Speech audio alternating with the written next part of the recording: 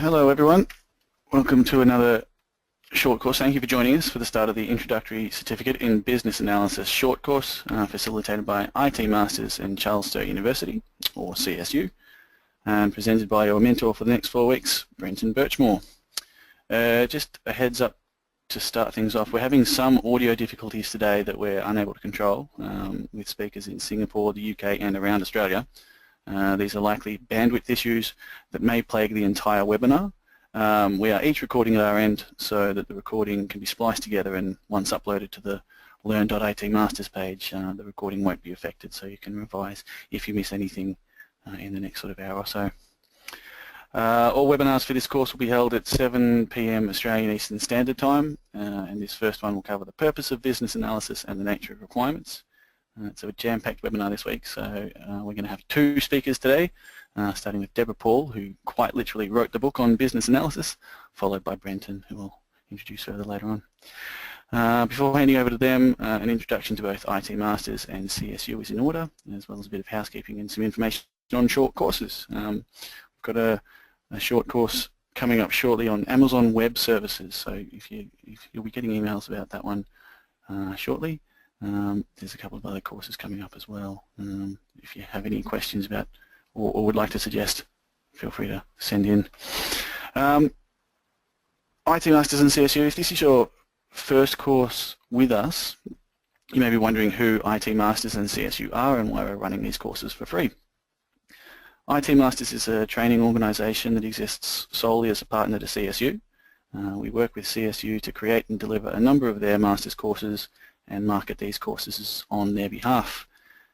We think the best way to do that is to give some of it away for free, and if we do a good enough job, hope that some students will enrol in the full Masters course.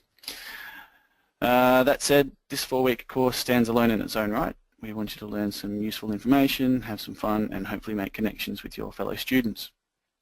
If you pass the exam at the end, you'll get a certificate of achievement.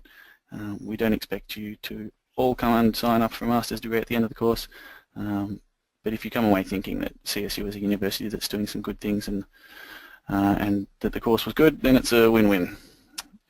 We have Margie on hand as administrative support tonight. She's here to, in case there are any technical issues. She also has responsibilities for the learn.at masters website, which is where you'll find the other materials needed for this course: readings, discussions, forums, and the recordings of webinars for you to revise. If you have any questions tonight or later on, please feel free to contact us at shortcourses@itmasters.edu.au. And next week a representative of CSU will be along to talk more in depth about full Masters courses. So if you have any questions about that, wait for them and they'll answer those. If you do have any questions tonight, please type it into the chat box, and either Margie or myself will be able to answer it with a written message, or if the question concerns course material, we'll refer it to Brenton in Q&A sessions and Deborah. If I've missed you, please don't hesitate to ask again. That's enough for me. Please welcome Deborah Paul, who is Managing Director of Assist Knowledge Development, a professional development and consultancy company specialising in business analysis, and the author of Business Analysis, aptly titled. If you have any questions for Deborah, send them in using the chat function, and we'll ask her at the end of her little spiel. Thank you, Deborah. Thank you, Guy.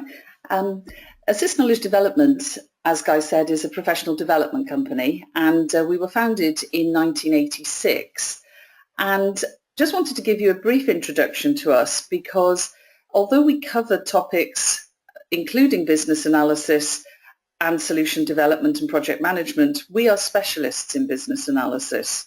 We've been at the forefront of developments in business analysis practice for a very long time, and the team working within Assist Knowledge Development are business analysis practitioners, but they're also examiners. They work on certification schemes, and several of us are authors, and as Guy mentioned, have written some of the key texts on business analysis.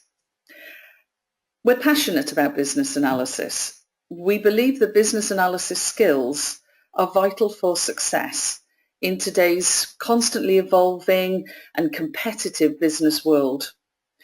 So because of that, we've decided to work with specialist learning and certification organisations and form business analysis international qualifications, or BAIQ as we call it. BAIQ sets out training syllabuses and certifications that form a business analysis qualification scheme to offer any business professional the opportunity to develop their business analysis knowledge and skills, and also to gain certifications within the business analysis area. We're really pleased to work with IT Masters and CSU to deliver this short course because we believe fundamentally that business analysis is important, and we want to support the development of business analysis learning and certification. Thanks very much. Back to you, Guy. Thank you. Over to Brent. Does anyone have any questions? Would you like me to comment on that, Guy? Sorry? Would you like me to comment on that? Yeah, sure. Please. The certification is a scheme that sets out a number of different levels, and the introductory level is the entry point. The examinations will be administered through a specialist examination distribution organisation called GCI, and the examinations will be online for anyone to take whenever they want to. Okay, and we've got a question from Stephen. Where are the qualifications recognised? At the moment, we're actually launching them in Australia. And this is where we feel, having worked within Australia on certifications within the business analysis arena for quite a few years, we feel that business analysis needs a defined career path set of certifications that actually enables people to gain that entry-level understanding of business analysis. And so this is actually the beginning of what we hope will be a very long and successful journey. Okay, and perhaps just one more. Got a few time constraints tonight, but how does BAIQ relate to BABOK and IIBA, if at all? BAIQ is an organisation that's been a collaboration between business analysis and certification specialists. Those of us involved in it from the business analysis perspective are all IIBA members. Assist Knowledge Development is an endorsed education provider for IIBA, but we believe that there is a need for examinations that take a broader, less BABOK specific, which is the IIBA body of knowledge, and more business analysis practice specific, which actually then enables people from various disciplines to understand the landscape of business analysis. However, the content is aligned with various bodies of knowledge, not just IIBA, but other professional organisations working in business analysis too. Okay, great. We're actually getting quite a few questions coming in. We might have to keep moving, and if there's any really important ones, maybe just send us in an email, shortcourses@itmasters.edu.au. But we'll have to get cracking and get into Brenton. So thank you very much, Deborah. Lovely to hear from you. We'll introduce Brenton now. Brenton Burchmore has been building and delivering Masters programs online for CSU and IT Masters, covering many subjects for the last 6 years, I think it is, in business, project management and technology. He also has expertise in corporate management, and he'll be our mentor for the next 4 weeks. So can everyone please welcome Brenton. Thanks, Guy, and good evening, good morning, good afternoon. Thanks, everyone, for tuning in. I'm going to quickly again apologise that I know that a few of you in different locations are experiencing some audio difficulties. This is due to the weather on the internet and the traffic flow around. There's unfortunately nothing we can do about this locally, but rest assured the recordings are all happening locally on each computer here. So what you get in the recordings that you can download afterwards will be perfectly clear audio. So any points that you miss, do check the audio, check the recordings, you'll be able to get it all then. So a very quick mention about myself. As Guy mentioned, I've been building various courses for IT Masters and Charles Sturt University in their, mostly in the School of Business, involved with ITIL, ISO 20000, professional communications, various project management subjects. and now, of course, business analysis. So although I'm doing a lot of educational design now, I spent a few decades in the corporate environment and had a variety of roles everywhere from sales to finance, managing IT departments, and even operations and service delivery. So these problems that business analysis tackles are things that I've seen from all sorts of different perspectives. I'm still a student, obviously, always keen to pick up the next qualification and get into the next degree or the next master's program. And as mentioned here, I'm a passionate believer in game-based learning. I'm a gamer, for anyone who knows what that means, that reference. I'm a gamer, have been for 30 years. But we're going to do it the more traditional way tonight, and we are going to go a little slowly. We know that for a lot of you, there might be a little bit of delay with audio, but we're also going to cover things from a high-level perspective at the moment. Now, this particular course, it is an introductory course, so we're going to look at it from the perspective of people who are not yet familiar with what IT and business analysis and business problem solving and how it works together.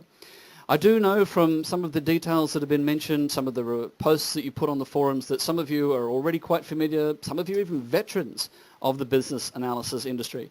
And for those of you, we're hoping that a bit of a retrospective look back at the basics might still be useful, and or perhaps an idea as to what further study in business analysis might do for you. Now, we are going to have a couple of pauses for questions along the way. And we are going to have an opportunity, Guy's going to help manage that. So if you have questions as we go, put them in the questions box, and Guy's going to be keeping track of that, and every so often we'll have a pause and see.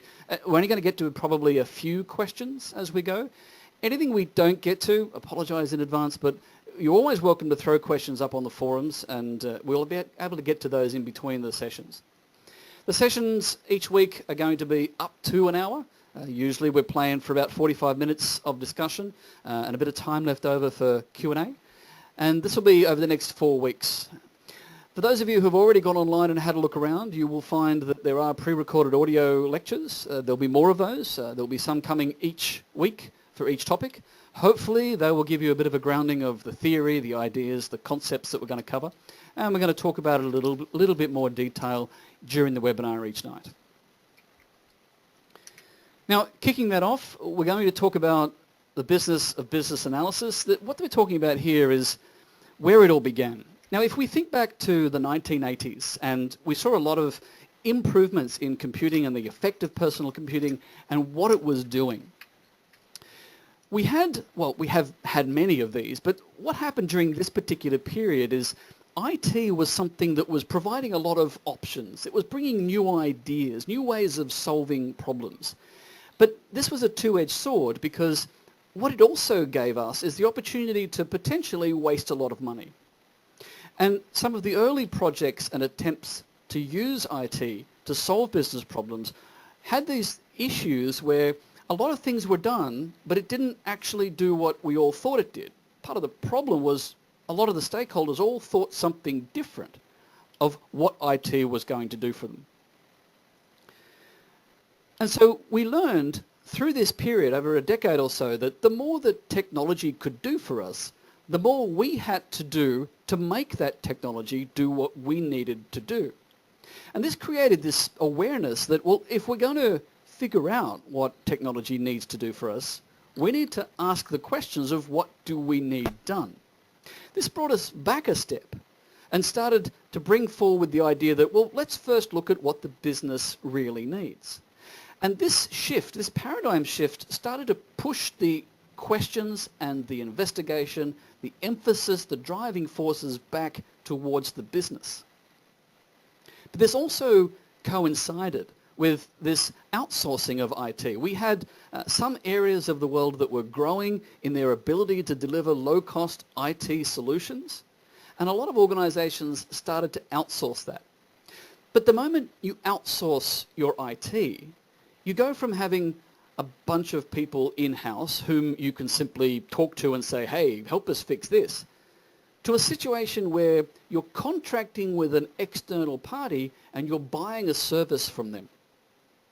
So then you have to define that service. They have to define it. You have to define what you want. This has to be codified, contractually determined.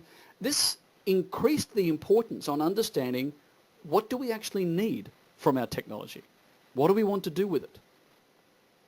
But it was driven by this perceived opportunity, and I think accurately perceived, that IT could be used as a competitive advantage. It could be a differentiator. Those businesses who did manage to make the most of what technology could do for them, who found ways to get the right solution into their organisation, they gained significant and obvious advantages. But the lessons learned through these early periods was that the business has to be the driving force behind the technology. It's not enough to simply have gadgets, have tech, and it's not a case of, well, throwing tech at the problem. We need to have a solid integration of what technology is and can do with the changes that a business needs to go through. And it was this realization over time that led to this increased awareness that to understand how technology is going to help, we need to understand those business changes. And a cornerstone of this was the need and the understanding that requirements were the driving force behind this subsequent flow of activity. Knowing exactly what we needed from either whether it be internal or external IT department, it was crucial to understanding whether or not we actually succeeded. Did we get what we asked for? Did we get what we paid for? Did we get what we really wanted?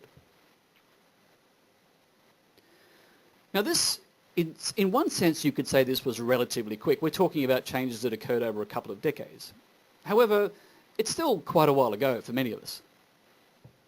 But as it matured, it changed the way people perceived problem solving in business and the way IT could be used for that. It changed the role of business analysis.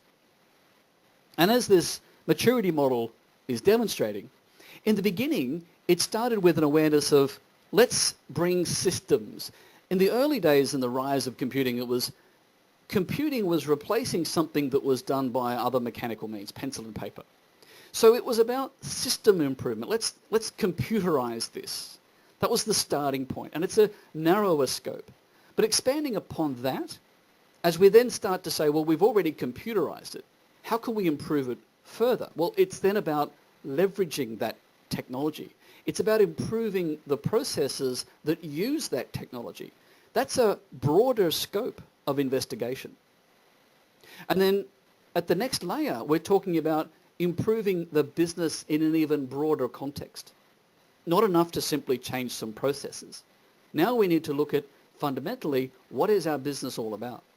And as business analysis matured, you have the growth in its authority, which is the degree of influence that business analysis has to affect the business on a greater and greater level, as well as an increase in scope in the sorts of things that business analysis is looking into.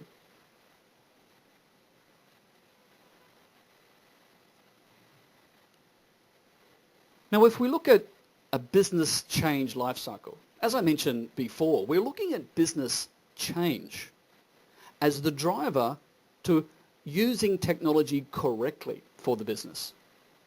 So if you look at this life cycle model, at the top we have alignment. What we mean there is alignment at a strategic level, alignment with the business goals, plans, objective. If we decide that the business needs some kind of change, and yes, we're assuming here that that change will involve technology, then we're going to define, firstly, what that change really needs to be. Then we're going to design something that is going to be a future state of existence for us.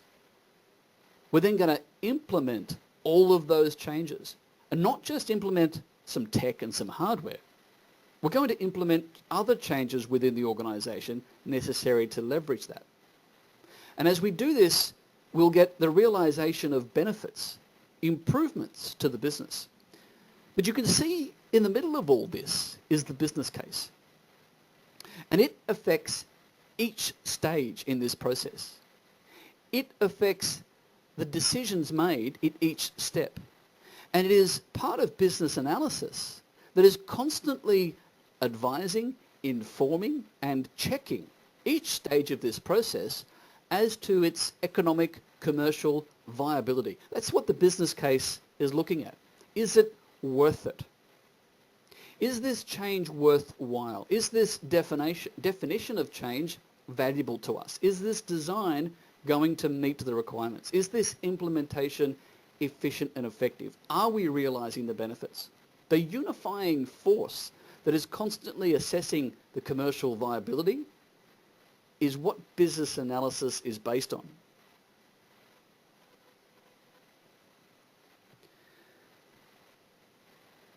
So if we look at business analysis as a bit of a process or as a bit of a sequence, all the things that need to happen, you can see in this diagram, we're looking at business strategy and objectives as a lead-in to every step in the process.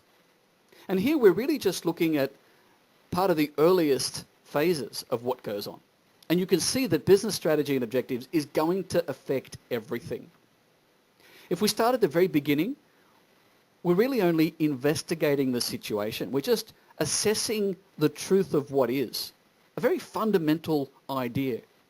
But then we consider the different perspectives that come to light from this. Because when we have sales and service delivery and IT teams and finance, they all view any problem, any situation, they're going to view it very differently. So business analysis has the role of moderating, normalizing, considering all these perspectives. And we all know that everybody thinks differently and has a different perspective on it. And so what business analysis is doing is representing the company or the business entity as a whole to analyze the real needs that come out of all of this opinion, suggestion, want, or even demand. Once we have this clear understanding of what the need or problem is, then we've got options, ways in which we could go about it. Some of them are crazy, and some of them might be quite sensible. It's up to business analysis to figure that out. But all of this is still before we start to write any requirements. Now, to put this into perspective, when we go back to some of those earlier decades that I mentioned before, a lot of projects and a lot of IT projects went ahead without even a proper set of requirements, let alone all of this other activity that should have preceded that should have resulted in the right set of requirements. Often they weren't even doing requirements at all, or certainly not adequately. And it's the painful lessons from this that helped evolve this model and this understanding that, well, somebody's got to figure this stuff out. And they need to be neutral. They need to be independent of the various stakeholders. But they need to really understand the business. They need to understand the technology. They need to be multidisciplinary, but also highly analytical and able to bring all of the answers together by asking the right questions.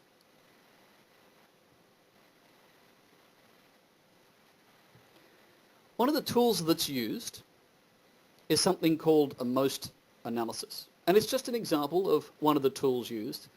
And as you can see here, it's an acronym. The initials stand for Mission, Objectives, Strategy and Tactics. This is about the organization, the business. And a business analyst needs to first understand these things. The mission is talking about the purpose and the main function of that business or business unit, as the case may be. What is it there to do? Why are we in business? The objectives are a way of creating measurable goals out of that mission. Something we can understand of whether or not we're succeeding. Something measurable. These are the objectives. To achieve those objectives, we then have a high-level strategy. How are we going to go about achieving those objectives? And from that strategy, we're then going to have a range of tactics, which is a more granular, more detailed level of how those strategies might be implemented. There we start to get into the specifics. Now, this is going to be a bit more relevant when we talk about the action item for this week, the homework. We'll come back to that later. But I just want to pause for a moment and let me just check with Guy and see how are we going with any questions. Is anyone throwing any questions at you at the moment? There's many questions. Have we got any we can answer, or should I carry on and come back to you? No, we'll go for one. Now, where do you see the boundary between systems and business analysis? Systems and business analysis. Well, traditionally you could say that one sounds more technical. A systems analysis is probably going to rely upon, as a process, is going to rely upon a deeper set of understanding of the tactics, looking at the most analysis. It's going to rely upon an understanding of the technology and those details. Business analysis is, if you just look at that, a piece of the process, you might think it's saying, well, okay, let's looking at the business. But in the modern world, a full BA functionality is looking at all of these and bringing them all together. Now, in a really large and complex situation, you may have a business analysis team. You may have a business analysis person who may be working with systems experts. They may be working with someone who intimately knows a set of processes and another who intimately knows a set of systems and technologies. But the responsibility for bridging the gaps between them, which you've alluded to, is functionally what business analysis is meant to be doing. So there isn't a clear line between them because BA is really meant to be not only blurring that line, but meshing it together so that it synchronizes. Okay, next question. You spoke a bit about the burden of IT leveraging. Can you please expand on just what the burden is? And also had a couple of questions about non-IT backgrounds and how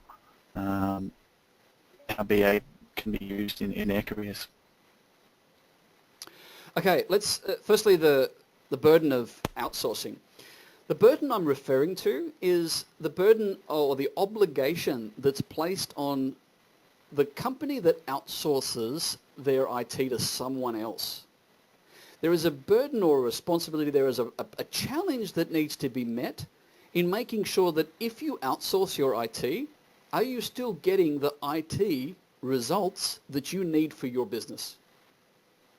Keeping in mind that the company you might have turned to deliver those IT services, they're going to have things that they call products and services that they offer. Some of them are going to have highly customizable products and services, and some of them are not. So the burden is, if we are the organization that's outsourcing, we need to be pretty clear what IT is doing for us, what we need it to do for us, what we want from other parties. And for example, if we're going to get some quotes, well, what are they going to be quoting on? Because if we get this wrong, and we sign up for something that isn't delivering what our people need, what our company needs, we're possibly creating quite a problem in our ability to succeed and be profitable. That's the burden of responsibility that I'm talking about. It's more important to get it right. If it's an internal department or team, we have more direct control over what that resource is doing than if it's a third party that we've contracted with. The second point that was raised about non-IT backgrounds. What we're seeing here and what we're talking about is a shift of emphasis, and yes, there is a trickle-down effect that creates a shift in focus of skill sets. Quite a few years ago, there was not as much emphasis placed on how well these analysts really understood the business. Now, that is the primary focus. So can you have a business analysis function that lacks detailed technical knowledge? Well, as I mentioned before, business analysis is bridging gaps. So as a BA, you might work with far more technically capable people that have areas of expertise. But technology by its nature requires and benefits from specialization. So it is a natural phenomenon in the business analysis process to work with experts, because even if we are technically inclined, we're not going to be an expert on everything and not an expert on all the things that we need to be. But what we must be able to do is work with those experts to bridge the gap. So there needs to be some understanding of the use, functionality, and benefits and the realization of those benefits of the technology. But we don't necessarily need to know what's under the hood. Now this is going to vary situation by situation, problem by problem. But philosophically, because of the shift in emphasis towards business focus, it creates this paradigm where we can work with technical people. But yes, if we are very limited in our technical understanding, that is something we'll probably need to broaden and enhance to be good at business analysis. Okay, got time for a couple more perhaps? Yep, I'll give a quicker answers to the next couple. Okay, got a question on the time frame for the stages of business analysis model, of the BA model, and what the focus of it is. Is it purely productivity increases or profit, or more broad ranging? Actually, that is a perfect question for me to segue into the next slide. Let me answer that question by talking about this slide. Because Great, this is... And we'll close questions there. Yeah, I'll come back to there are other questions in a few moments. The Balanced Business Scorecard is about balancing those forces. So this is based on the model developed by Kaplan and Norton. And this says that if you look at this diagram, you've got financial concerns. This is profitability, financial success of the business. You've got internal concerns. You know, our staff want their lives easier. They want to be able to be efficient and effective and happy. The customer also wants to be happy. Now we can favour these. We can say, well, it's all about profit and, well, we're going to lose customers possibly. And our internal processes might suffer, as would staff morale. We could benefit customers, but then we might not stay in business very long if we're not profitable. So this is the balancing act that our vision and our strategy needs to maintain. All of these elements contribute to the overall success of the business. They are driven by and affected by the vision and strategy. So the vision and strategy is meant to be balancing these forces. But the fourth one at the bottom is effectively innovation. So learning and growth, this is about how we stay balanced in the long term. So it's not about finance. It's not driven by pure profit. It's not driven by let's improve our efficiency. When you look at a problem in an organization, it may start as that. It may be we're losing customers hand over fist. You know, we're making money, but if we keep losing customers, we won't be for long. It might be that that's the source of perceived problem. And what that means is we're out of balance.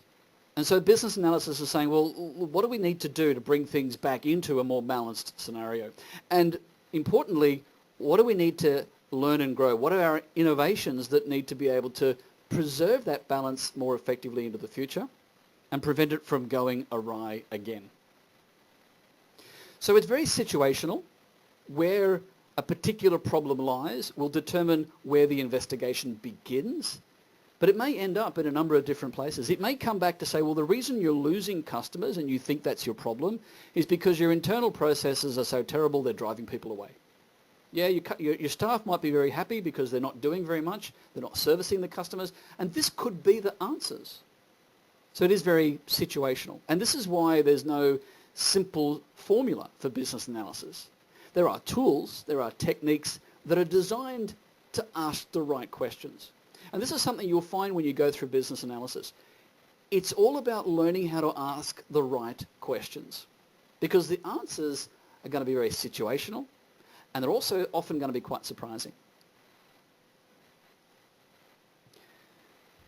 This leads us to a point of requirements. Now, before we get into requirements, is there any, guys, is there any last burning questions about these elements that we can cover off before we talk about requirements for a bit? No, I think we can carry on. Maybe leave any other ones to the end here. Okay. So looking at requirements, to get to requirements, we've got a problem.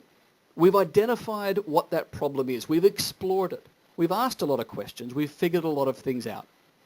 We've considered a lot of the factors and the forces that are relevant, the perspectives. We've gone through this step. We've brought all these ideas together. We've looked at whether or not there's a benefit to change.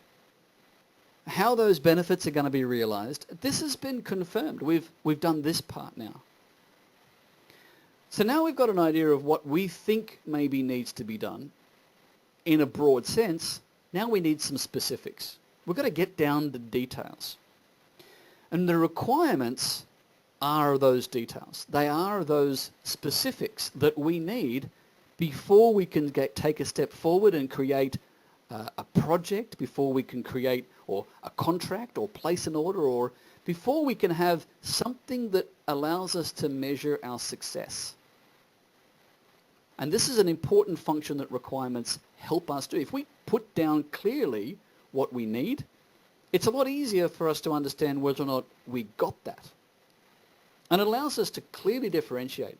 If we got what we asked for, but it didn't solve our problem, then it's not the fault of whoever delivered what we asked for.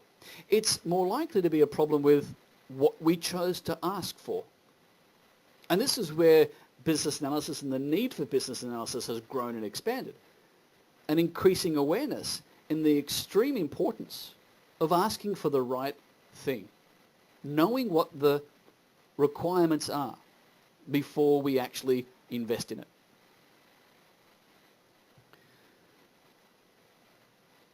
Looking at a definition, let's go with, I guess, a fairly popular one. Now, the BABOK, as I guess we can call it, is the business analysis body of knowledge. And here is the definition of requirements, or a requirement, according to that business analysis body of knowledge. 3 parts to it. 1, it's a condition or a capability that's needed by a stakeholder, and generally a stakeholder in our business that is the subject of our analysis. Something they need to resolve a problem or achieve an objective. Note the terminology here. We're not talking about a feature. We're talking about a condition or a capability. Something we become capable of because it solves a problem or achieves an objective. It might also be something that's required. So point 2, it's condition or a capability that must be met or possessed by a solution or part of a solution that satisfies some requirement, some specific thing. It might be a contract, a standard, a specification, something that's formally approved that says it needs to be like this. It might be to say that credit card details must be encrypted with a certain level of encryption. It might be that medical records must be kept within the sovereign nation's territory of the patients for which they relate. These are examples of things that we might say, well, that's a requirement, and probably an important one. And thirdly, we talk about requirements as being a documented representation of one of those 2 things. So yes, the requirement is what the stakeholder needs or what the business needs, but the requirement is also the thing that we write down that identifies that. So if that's what a requirement is, how are we going to get it? Well, we might think it's a case of let's ask a few questions and take a few notes. And if we look at what business analysts do, they seem to do an awful lot of this. But if only it were that simple. Alas, as you probably gathered, it's not. Because when I said before about the emphasis on asking the right questions, well, that's not as obvious or as easy as it might seem. We're looking for the hiddens and the unknowns. And one of the things that makes that quite challenging is the way in which knowledge lives inside of the people and the places that we need to get it from. So we've got to figure out, we've got to discover through the elicitation of requirements, to find out what the requirements need to be, we've got to find out what our people know and the things they can tell us. That's the easy part. That's the known knowns. That's the stuff that they're ready to tell us because it's obvious, it's clear, it's on the top of their head. Things like saying, well, we're losing 10 customers a week. Important stats, yes. Important knowledge, yes. And they know that they know it, probably painfully aware of that. But we've also got to find out the stuff that they know, but they didn't think to mention. Stuff that they thought wasn't relevant. Stuff that's so subliminal to them that they don't really understand its relevance to the wider problem. As a business analyst, we've got to try and tease out and figure out what other pieces of information we need to get from people. Questions they didn't think we were going to ask. The known unknowns. This is the stuff that people are aware of is missing information. They know the information should exist, but they don't have it. Why are we losing 10 customers a week? What's their reason for leaving? Well, that would be good to know, and we all are aware of that fact, but we haven't asked them. That's a known unknown. It's a question we know we need to get answered. But then there's these scary ones, the unknown unknowns. The stuff that nobody really is aware of, but nor are they aware of how important and relevant it really is. And here, this is the gold. This is the stuff where business analysts earn their biscuits. Because this is the part that usually makes all the difference. This is the stuff that comes back later and bites us because we could have and should have spotted this. And because we didn't, a great deal of cost, expense, wastage, or disappointment might result. So looking at the question of, well, why are we losing 10 customers a month? Maybe we're going to get all excited about this. But how many customers were we losing a month last year? Well, maybe we were losing 25 customers a month last year, or a week last year. So 10 customers a month now isn't really, maybe there's other reasons why this is actually not a problem we need to invest a lot of time in. Or maybe it is, and the source of that problem is from something completely different. Maybe we look at assuming that they're leaving because they're not happy with us and there's stuff we've got to do. Maybe, in fact, they're leaving because a new competitor has popped up that we know nothing about, who's aggressively undercutting us and taking customers away. Maybe even that competitor is full of ex-staff members and we've got no idea. Unknown unknowns. Highly relevant, but we haven't figured that out yet.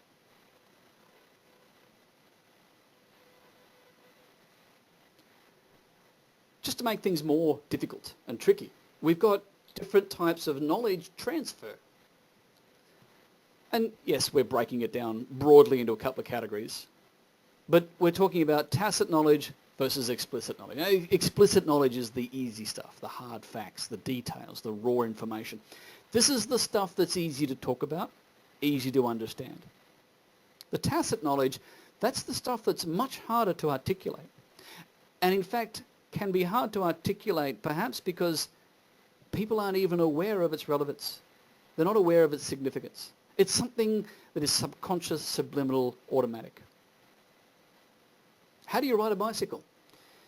Well, explicit knowledge says you sit on the seat, you push the pedals, and you steer with the handlebars.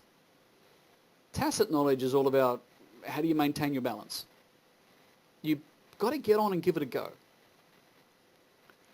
How do you know when a customer is upset with you? Well, okay, sometimes they make it pretty clear. Fair enough. Other times, well, you get a sense of it. How do you explain that? Well, these customers were unhappy with us. How do you know? Yeah. A couple of examples. But they help understand that this is the stuff that business analysis is trying to figure out. Now, as a business analyst, when you're talking to a number of people, you're gathering data from different sources, you start to see trends, you start to see patterns, you start to see an awareness that there's something that's causing this, and you're looking at cause and effect that says that there's something we haven't really uncovered here, a truth we haven't figured out. These are the things that we work with in business analysis to go digging deeper, asking the less obvious questions. If this was purely a logic puzzle, then it would be join the dots process. It's not that simple. And it does require a great deal of thought and understanding. And the tools and techniques we use help us, but we need to apply what they reveal to us.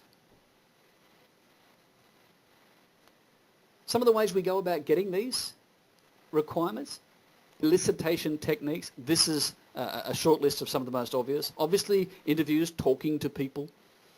Workshops means getting a bunch of people together in a room and having a workshop that, well, it's more economical in terms of time and effort. But sometimes, we might get some information. People interview with us and say, oh, this is how it works. But sometimes we've actually got to watch them and see if that's really how it happens. Or if something happens that they do so subconsciously that they didn't think to mention it. Scenarios is a way of saying, well, let's look at this typical situation, work through it step by step, create a logic path through a scenario, through an event, to help understand how it happens.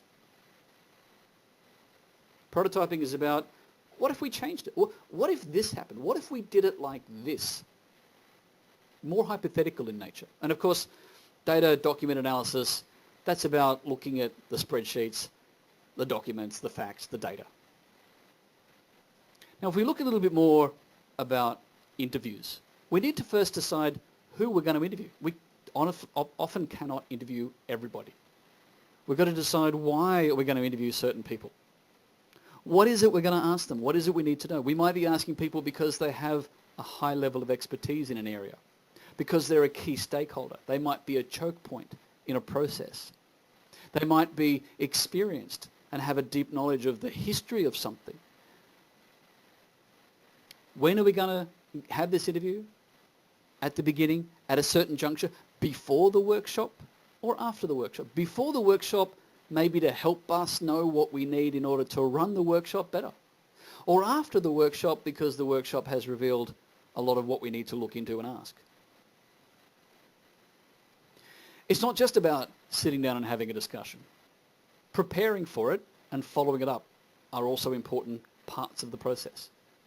Not only us preparing, but helping them prepare, the person we're going to interview, giving them a little bit of mental warning of the sorts of things they need to think about before they sit down with us. But it's a cooperative process. It's not an interrogation. It's not a way of us saying, well, look, point the spotlight at them and say, tell me how this works. We want them to be a collaborative, cooperative participant. We want to build a rapport with them, and we need to maintain a level of respect. We actually want their buy-in, not just for the interview, not just for a bit of analysis process. We would want them to have buy-in for the ultimate goal of the change, where we're heading with this overall. We still have to take notes, as was alluded to in the beginning. And obviously, technology can help with this now. But you also find that you put a microphone in front of people and they suddenly react a little differently. Not always the best means of recording. It can be. Certainly, you can often record things like workshops. And people that we interview, we need to keep them informed appropriately as we go. This is different from workshops. Before we run a workshop, we need to make it clear why people are there. Get their buy-in for their involvement and for what they need to be doing, what we need them to be there for. Have a clear understanding that everyone is clear on what this workshop is for and what its objectives are. And with that clear understanding, we can keep it on target. We can keep it focused. And because we've made sure that we've got the right people there, not people who are extraneous or outside the bubble, but people who need to be there, we can keep them involved. Now, we might have a workshop of like-minded people because we want them to work together to have some wonderful, innovative ideas come out. It might be for a creative process. Or we might decide to have a workshop with people of differing views because we need them to express in the presence of each other where their views are coming from and what forces are driving it, so that we can resolve them mutually, have a greater mutual understanding, resolve differences before we have any chance of having a consensus to move forward with. Many reasons to have a workshop, but the important thing is be clear on the reasons and stick to them. And of course, record. How many times have we seen an interesting discussion, stuff put up on the whiteboard, we leave the room, someone comes in, wipes it clean? Whatever method we use, we need to record all of the valuable information and summarize the key observations and outcomes. And occasionally, assign actions for what needs to happen afterwards.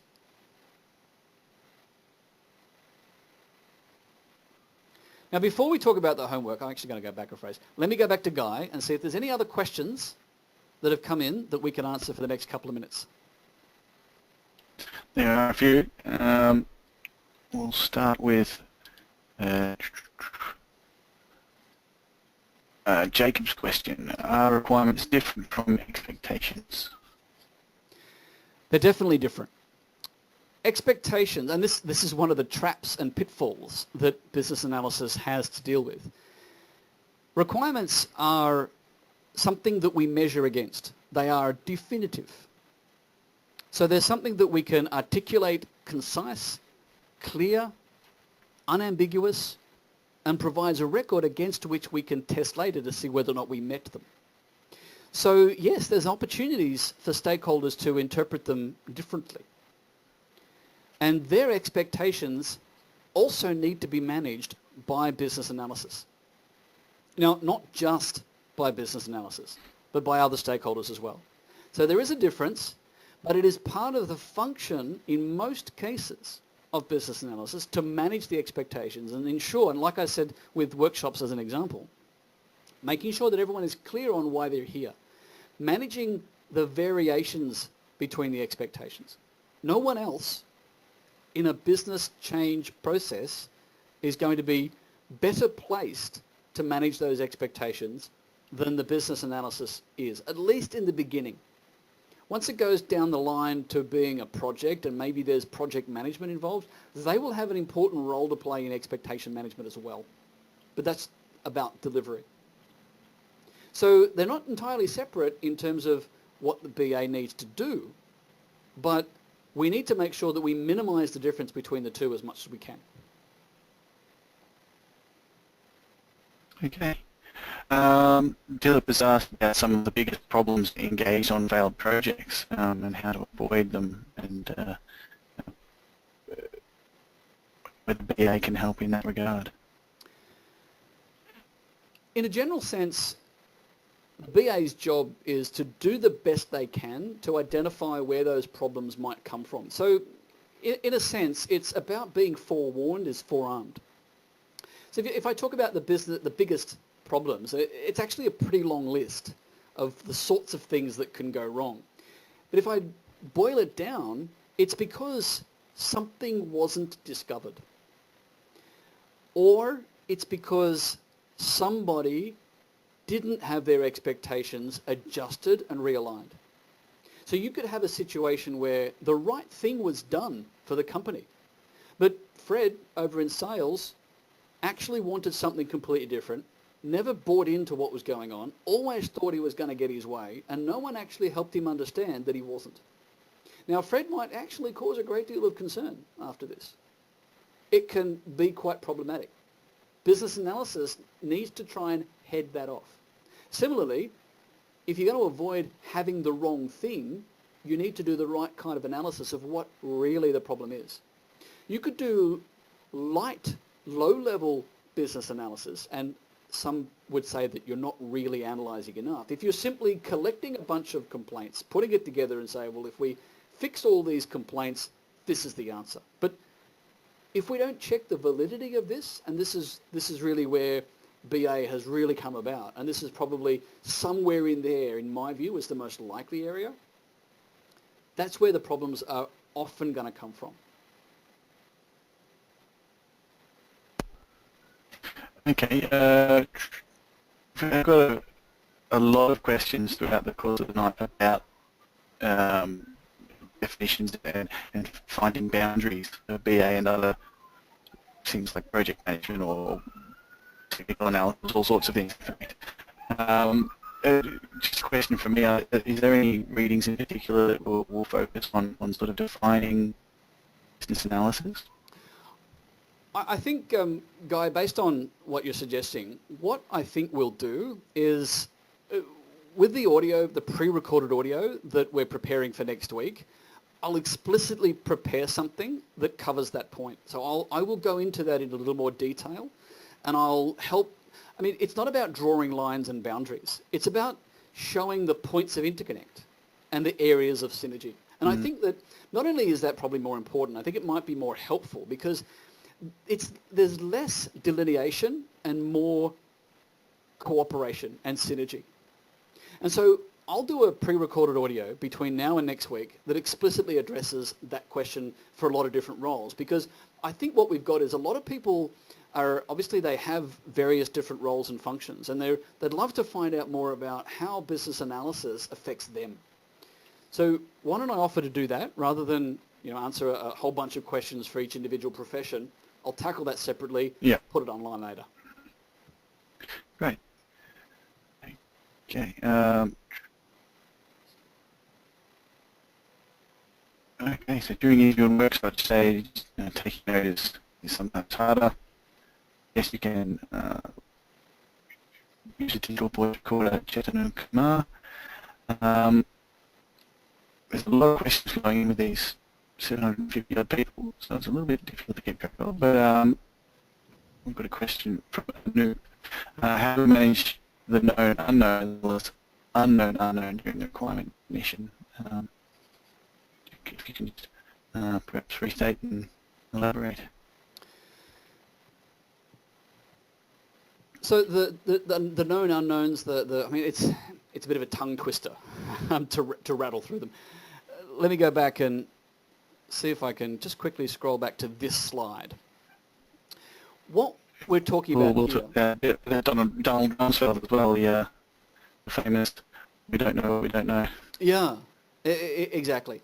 And so what this is looking at is that we're saying, firstly, that a business analyst doesn't have any excuses. There's nowhere to hide. It really does come down to us to figure this stuff out as best we can. And this is one of the reasons that makes it challenging, but also rewarding and interesting. And also to others, a bit of wizardry, perhaps. It can seem like it, because what we can tease out is information that isn't immediately apparent. If you haven't already, have a listen to one of the pre-recorded audios. And I've got an example there that talks about staff not getting, talks about a problem with queues at the coffee machine in the staff cafeteria. Now you could try and tackle that problem by just managing the queues, put some barricades up, make people queue out of the way. That would not be a very analytical way of solving the problem. So you go through these known knowns. We know there's a queue. That's something we know. An unknown known is we don't know why everyone comes to get their coffee at the same time. We can make some guesses. You go all the way down to the unknown unknowns.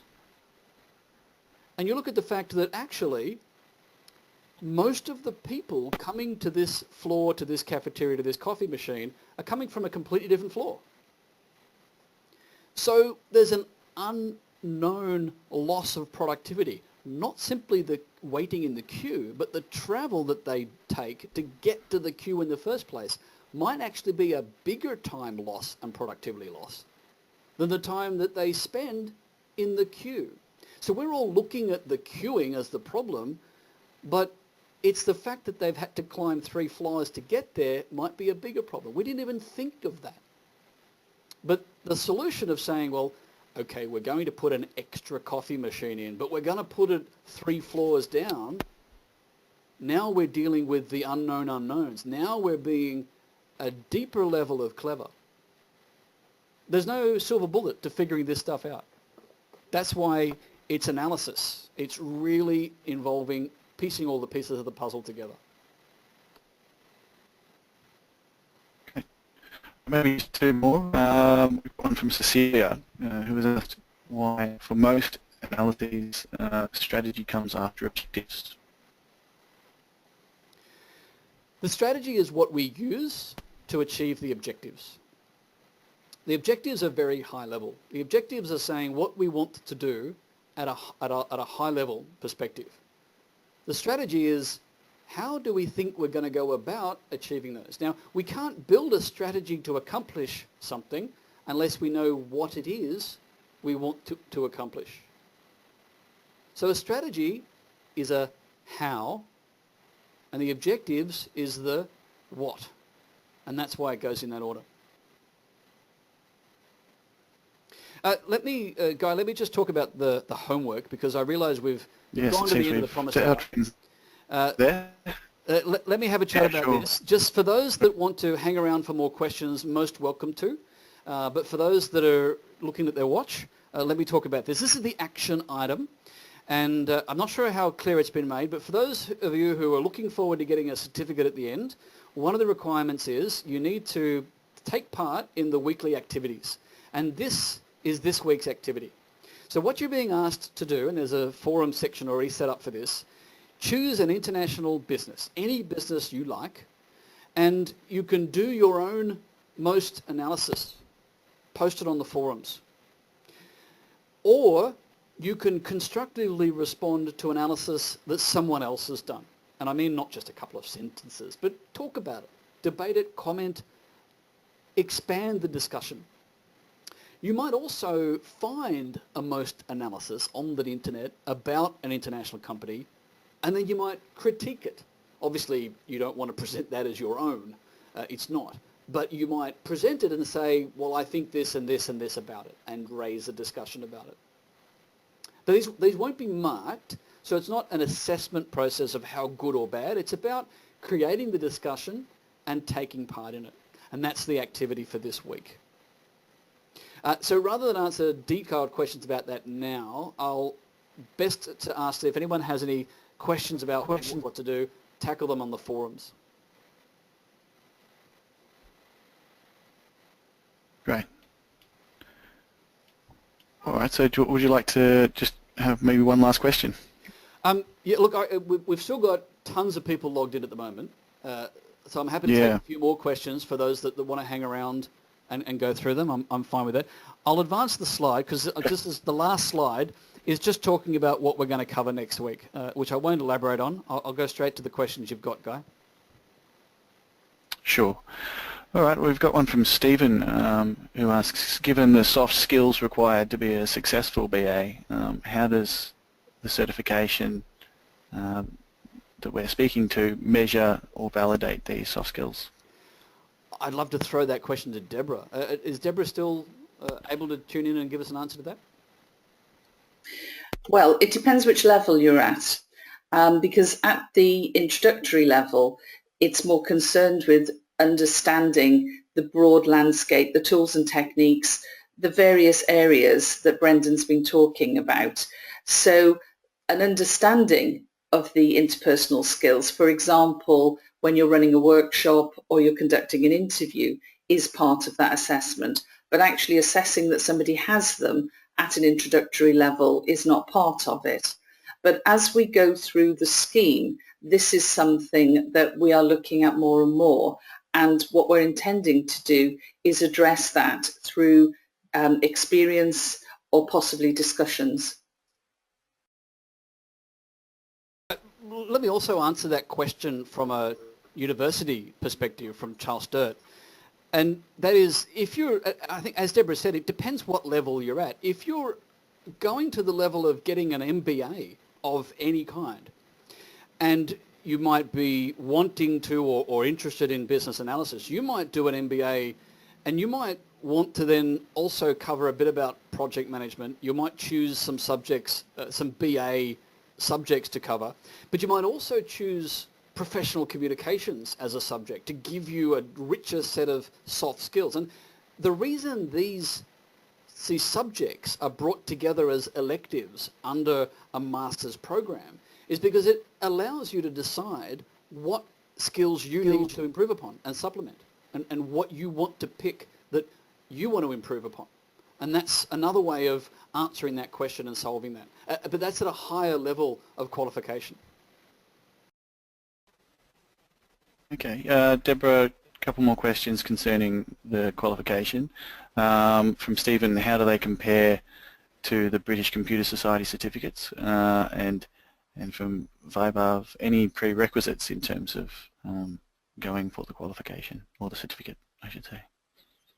In terms of comparison with other certification schemes, what we did with this, and we were very keen to focus the introductory certificate on what we felt were the absolutely core skills for anybody entering business analysis or who wanted to understand some of the core skills of business analysis. And so that's quite a difference really, because while we think people should be aware of the broader landscape as Brendan's described in the business analysis process model, what we felt was this needed to focus at the introductory level very much on the requirements area, and we didn't see that any other certification was really looking at that. The other aspect that we were very keen to incorporate was that business analysis skills cross lots of different professions and disciplines, as I mentioned earlier. And so that was also something that we wanted to incorporate, so that it wasn't just entry for somebody who wanted a business analysis or business analyst career pathway, but also for anybody who wanted to understand the tools and techniques that business analysts use, because I'm a business manager for my job now, and I know how relevant these skills are. So we wanted to take that focus. We also wanted to make sure that the certifications and the courses were very, very accessible using online media. And we wanted to, again, offer that, and hence this collaboration, so that people could gain these skills wherever they are in the world. Okay. Yeah, I'll just add to that. Sorry, Guy, just add on to that. In my case, for example, it's a very good point that Deborah's made. I've never had business analyst on my business card, but every management function I've done has intently relied upon what a business analyst would need to do. And at times I've been in a company that's too small to have had a dedicated BA resource, but we're still using the same techniques in order to be successful. And that's part of what we're aiming this short course at.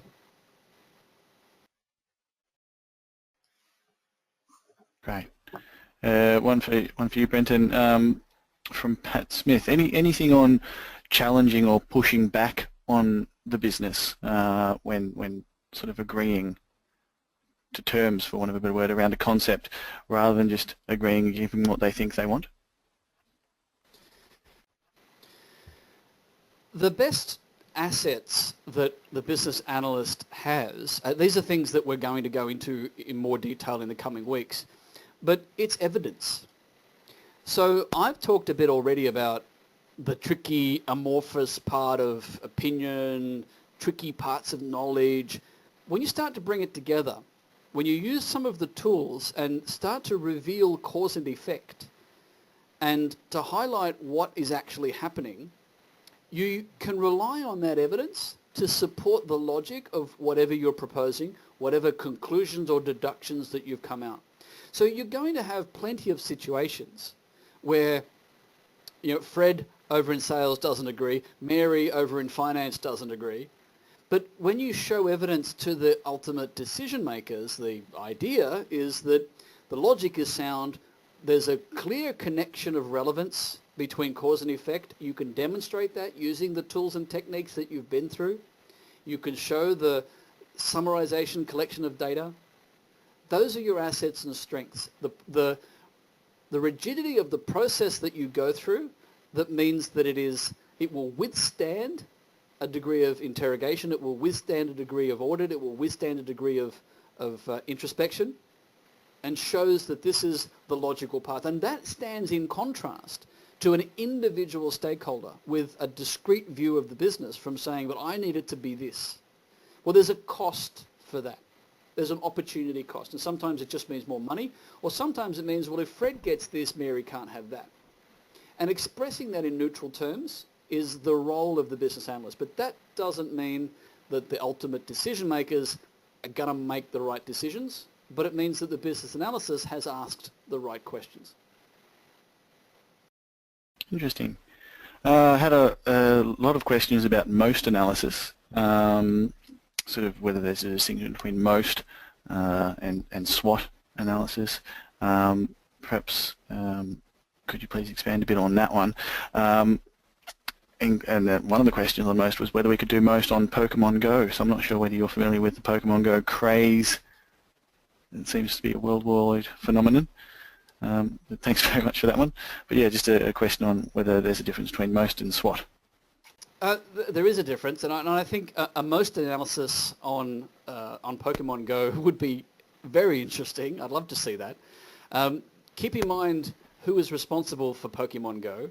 And for those of you who might have been watching the news, you might note that Nintendo stock skyrocketed because lots of people thought that they had a larger share in that company than they actually do. And when the market started to realize that Nintendo had a minority share in this, the company that actually built it, their share prices went back down again. So you choose which company you're actually going to highlight if you do that, for example. But a SWOT analysis is strengths, weaknesses, opportunities, and threats. It's a more external view. So SWOT looks at things that are relevant between the organization and the environment that it's in. Strengths of the organization, weaknesses of the organization, they're more internal. Opportunities and threats, they're a little more external. But a most analysis is looking internally within the organization. It's just looking at that sequential breakdown. The mission, the objectives that evolve from that mission, the strategy that evolves from those objectives, and the tactics that evolve from that strategy. So it's a layered cake. So you look at SWOT, and SWOT is kind of split into two different perspectives to some extent. And there's more to it than that. And there are a number of other, there's the PESTLE, P-E-S-T-L-E analysis, and there's a number of others that we're not going to go into because that takes us into another direction. But this is why I just want to focus on the most analysis. It's one of the simpler ones. It's one of the more easily defined and easily contained, and that's why we want to use that in this particular example. So whilst those sorts of other analysis would be interesting, the activity we want and the discussion we want is more in line with the internal view of the most analysis. One from Ashish, how much system knowledge is needed for business analysis?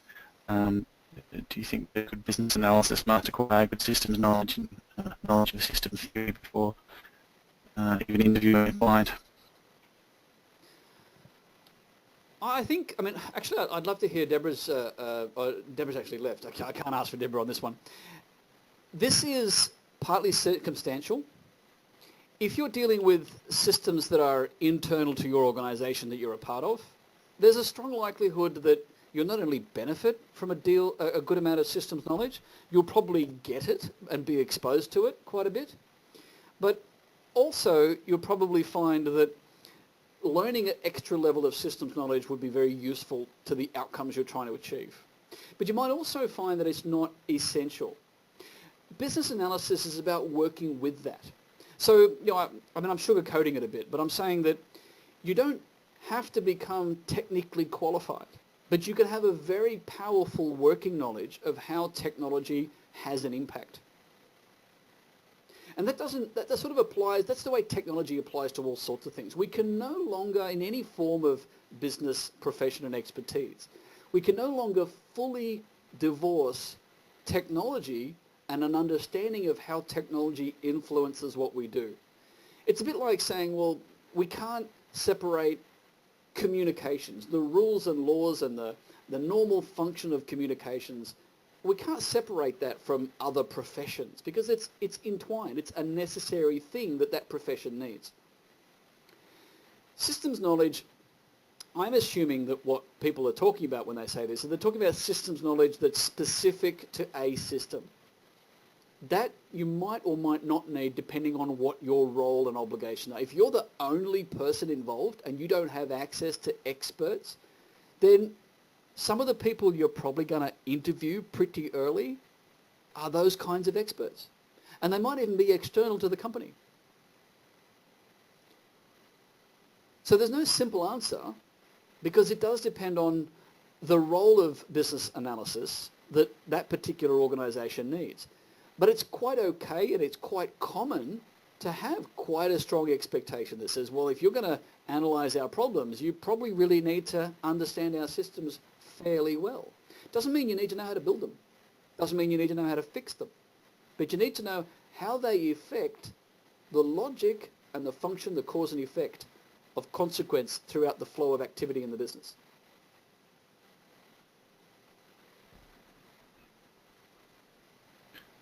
Okay. Edwin's asked a question about distinction between pre-sales analysis and business analysis, and we're going to get to that, I think, next week when we explicitly state how things are going. There's a few more questions about boundaries again. Other than that, I think most of the other ones have sort of been touched on. Be sure you download the recording if you think it's anything important, and as always, further questions can be asked in the forum. Brendan, are you happy to hang around for a couple more minutes just in case there's any last minute questions? Yes, of course. I'm conscious of the fact that we've kept everybody here quite a long time, although I'm assuming we've got a lot of people still logged in because they're happy to listen, but we need to draw a line under it fairly soon. But I'm happy to hang around for a little while longer if you get any exciting questions, but I'm guessing we're going to be officially wrapping it up fairly soon. Sure. Maybe we'll touch on Vicky's query while we're waiting, who has a question on the assignment. First of all, folks, make sure you jump onto the learn.itmasters.edu.au page for all the course information. You'll get information about assignments, you'll get recordings and slides you can download, everything there. But on the assignment, students aren't expected to actually engage with these businesses that they're choosing to do a most analysis on, are they? No, not at all. It's your view of what a most analysis might be, and this is a stab in the dark. This could be taken. Your interpretation. What you might want to do is read their website, read their mission statement, read a bit about what they say, and then try and interpret what you think the analysis might be. So this is because it's not being assessed for any form of accuracy. This is just to trigger discussion and debate. And it's great if people put up something that others have a very different view of, because neither could be right and neither could be wrong. And that's why we've chosen something that's a fairly high-level perspective, because it's not about right or wrong. It's about what we can learn from the debate and the discussion. And there's no need to approach any organisation directly or get anything official or even present anything official.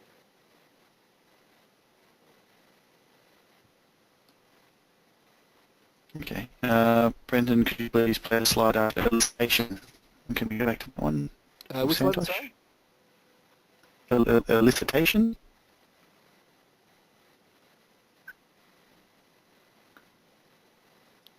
Yeah, one after that one, I think. With the known knowns and the unknown knowns, etc. That one? Yeah, the one after that one. The one after this? Yep. Knowledge transfer? Types of knowledge transfer? Yeah. Just stay in touch with hoping to have a look, but I think we missed that one. Most of the comments are just thank you and good night. I think we kept everyone for quite a long time. So yeah, maybe you want to. All right, so we're wind up and happy to wrap up. We'll get out of here. All right, Yep. Look, thank you everyone for joining in. Thanks for all the awesome questions. We had a lot of people on, hundreds, and most of you are still here. So hopefully that means we've added some value. We're going to be doing this for the next 4 weeks, and we're going to hope to maintain the standard and deliver some good stuff. And we encourage you to get online, have a listen to the pre-recorded audio. There'll be some more in the next couple of days for next week. And lots of other things to look at, a few websites to look at. So please get involved. Love to see your thoughts and comments on the forums. And until next week, that's all from me. Great. Well, thank you very much, Brenton, and thank you, Deborah and Margie and Neil, who was on earlier. Sorry, everyone, once again, for the audio issues. We'll hope that it doesn't happen next week, but rest assured that we're going to have a recording that will be less affected on the Moodle page in the next 24 hours. But until then, thank you very much for stopping by.